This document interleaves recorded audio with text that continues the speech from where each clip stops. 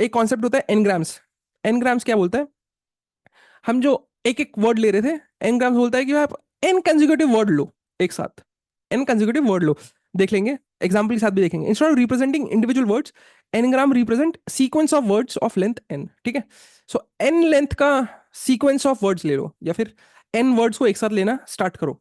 ठीक है, so vector space consist of unique ngrams and the vectors for each document record the frequency of each ngram. देख लेते हैं कैसे। So let's say एक sentence है, learn ML to become data scientist. अगर एक एक वर्ड साथ एक वर्ड अगर ले तो क्या बनेगा? हमारी वोकैबुलरी क्या बनेगी? Learn comma ML comma two comma become comma data comma scientist. Correct. अगर हम एक एक वर्ड लेते, सो एक एक वर्ड ले रहे हो तो बोलेंगे 1 ग्राम। अगर दो दो वर्ड लोगे, कंसेक्यूटिव 2 वर्ड्स एट टाइम लोगे, तो उसको हम बोलेंगे 2 ग्राम्स। ठीक है, तो 2 ग्राम्स क्या बोलेगा? Learn ML, ML to, to become become data data scientist. ठीक है, अब इसमें फायदा क्या है हमारा? जब हम एक एक बार ले रहे थे तो डेटा अलग हो रहा था और साइंटिस्ट अलग हो रहा था।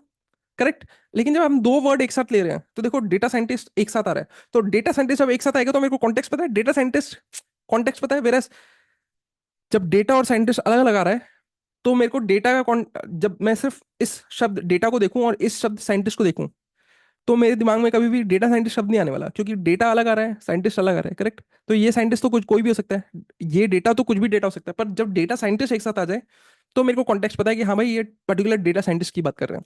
करेक्ट। सो वैसे ही अगर 3 वर्ड एक साथ लो, learn ML to become data scientist. ठीक है, तो जब बिकम डेटा साइंटिस्ट एक साथ ये तीनों वर्ड आए 3 ग्राम में, तो मेरे को कॉन्टेक्स्ट समझ में आएगा कि भाई बिकम डेटा साइंटिस्ट की बात हो रही है। ठीक है, सो इस तरीके से हम एनग्राम की मदद से कॉन्टेक्स्ट को हल्का सा कैप्चर करने की कोशिश करेंगे। पूरा कॉन्टेक्स्ट तो कैप्चर नहीं कर सकते कि डेटा साइंटिस्ट और लर्न के बीच में क्या डिपेंडेंसी है, ये हम कैप्चर नहीं कर पाएंगे अभी फिलहाल मशीन लर्निंग के कॉन्टेक्स्ट में। पर डीप लर्निंग में हम पक्का करेंगे इस इन चीज़ों को सॉल्व। सो यूनिग्राम क्या बोलता है, या 1 ग्राम कंसिडर इंडिविजुअल वर्ड। 2 ग्राम क्या बोलेगा? कंसिडर 2 कंसेक्यूटिव वर्ड्स या फिर word pairs.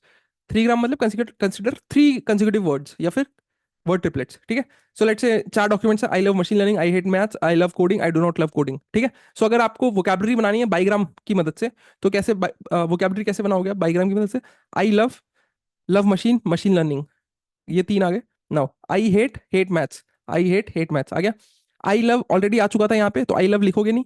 Love coding, love coding. I do not, not love, love coding. ठीक है, लव कोडिंग ऑलरेडी आ गया था, बाकी सारे ये लिख दे। So this is nothing but your vocabulary for bigrams. Now you can use this for your text to vector and कोई भी वेक्टराइजेशन टेक्निक लगा सकते हो, bag of words, TF IDF. ठीक है, बाइनरी बैक ऑफ वर्ड्स 1। ठीक है, bag of words में फ्रीक्वेंसी लिखते थे, बाइनरी बैक ऑफ वर्ड्स में प्रेजेंट या एब्सेंट। ठीक है, 1 और 0। ठीक है, अब इसकी मदद से वेक्टर्स बना लेते हैं। So I love, love machine, machine learning. ठीक है, सो आई लव आ रहा है इस डॉक्यूमेंट में, हाँ आ रहा है, तो एक। लव मशीन आ रहा है इस डॉक्यूमेंट में, कंसेक्यूटिव वर्ड्स में आना चाहिए। ठीक है, एंड मशीन लर्निंग आ रहा है, हाँ आ रहा है। ठीक है, बाकी कुछ भी नहीं आएगा इनमें से, तो बाकी सारे 0। वैसे ही V2 V3 V4 बन गए। सो आपकी वोकैबुलरी बनी थी बाईग्राम को यूज करके, अब इन्हीं इसी वोकैबुलरी को आपको नहीं यूज करके इन सारे चारों डॉक्यूमेंट का V1 V2 V3 V4 बना लिया। ठीक है, नाउ जब ये V1 V2 V3 V4 बना दिया, तो कोसाइन सिमिलरिटी देख लेते हैं V3 V4 की और V1 V3 की। सो V3 V4, V3 क्या बोल रहा है?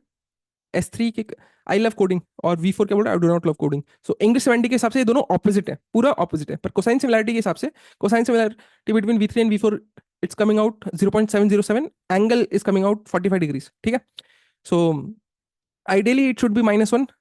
ठीक है, इंग्लिश सिमेंटिक मीनिंग के हिसाब से, पर स्टिल वो -1 नहीं आ रहा है, एंगल 45 डिग्री के आसपास वो बोल रहा है अकॉर्डिंग टू दिस कॉन्सेप्ट। ठीक है, V1 and V3, I love machine learning, I love coding.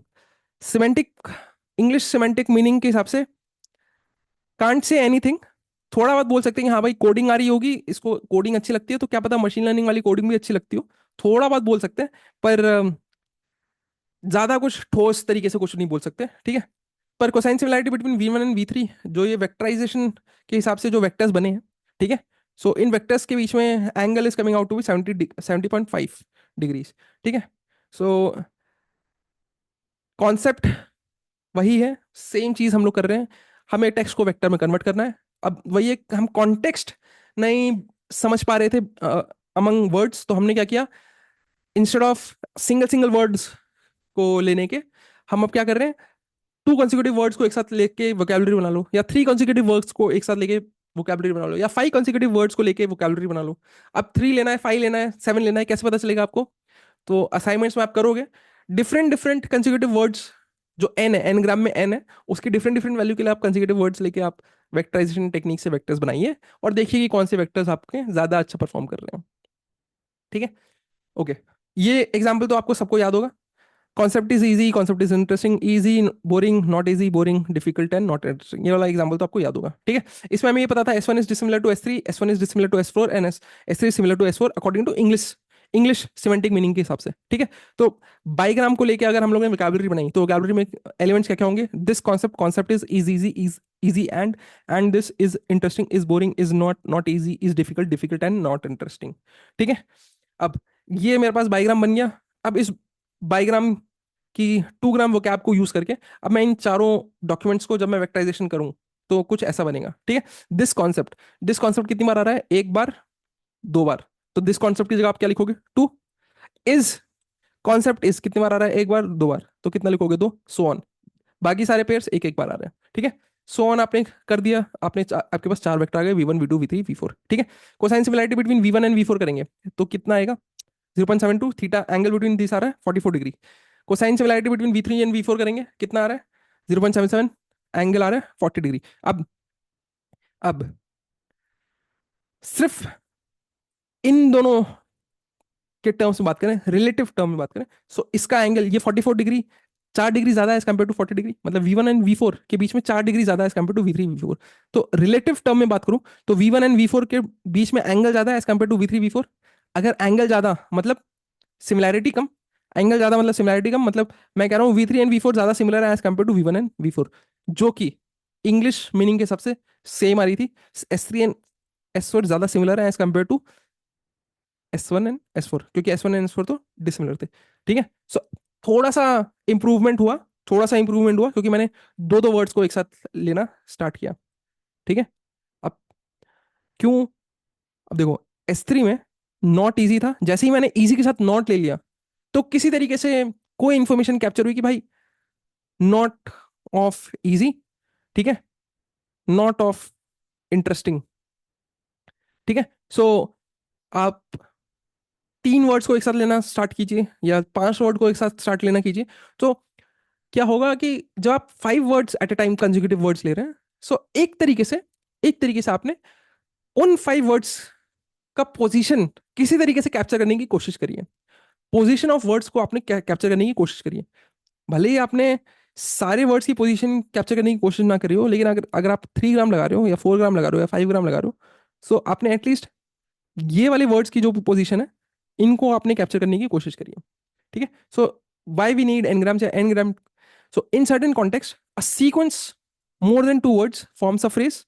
ठीक है, और idea that needs to be captured as a whole. ठीक है, सो जब हम 2 वर्ड या 3 वर्ड या 4 वर्ड कंसेक्यूटिव वर्ड्स को हम जब लेना स्टार्ट कर दें एक साथ, सो वो एज अ होल एक फ्रेज को हम पकड़ने की कोशिश कर रहे हैं। उस फ्रेज में क्या कॉन्टेक्स्ट है, उस कॉन्टेक्स्ट को पकड़ने की हम कोशिश कर रहे हैं। ठीक है, पहले इंडिपेंडेंटली अगर हम नॉट और इजी वर्ड को देख रहे थे तो कुछ समझ नहीं आ पा रहा था, लेकिन जब हम नॉट इजी एक साथ लेने की कोशिश करें तब थोड़ा सा कुछ कॉन्टेक्स्ट बिल्ड हो रहा है कि भाई समथिंग ऑपोजिट ऑफ इजी। ठीक है, ट्राईग्राम्स मतलब 3 grams might be useful in understanding context in sentences like New York city और आई एम हैप्पी।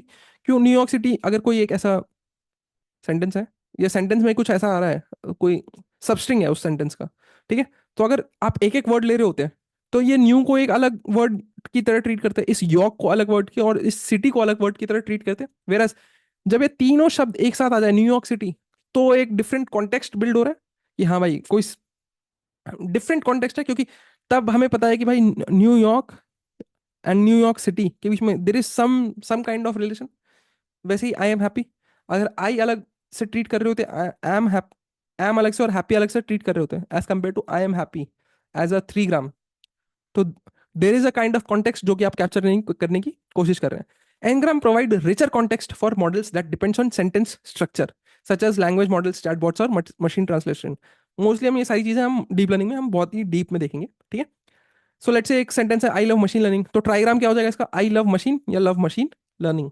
करेक्ट, सो आपके पास 2 टर्म्स आएंगे using trigram. So these longer n-grams can help a model understand the broader context, like the connection between I love and machine learning. So, till now, we have resolved the problem of independent words or word without context to our best of abilities using ngrams. ठीक है? As in एनग्राम्स word order थोड़ा सा हम capture करने की कोशिश कर रहे हैं. ठीक है? जो भी हम कंसेक्यूटिव वर्ड्स ले रहे हैं उनमें तो हम वर्ड ऑर्डर कैप्चर करने की कोशिश कर रहे हैं, but still semantic meaning is not being captured. ठीक है? तो जो भी हमने वर्ड के ऑर्डर्स को पकड़ने की कोशिश की है, कैप्चर करने की कोशिश की है, वो भी कुछ हद तक ही हमने कोशिश करी है. ठीक है? कंप्लीटली हम डीप लर्निंग में देखेंगे कि हम उसको कैसे सॉर्ट करेंगे. ठीक है?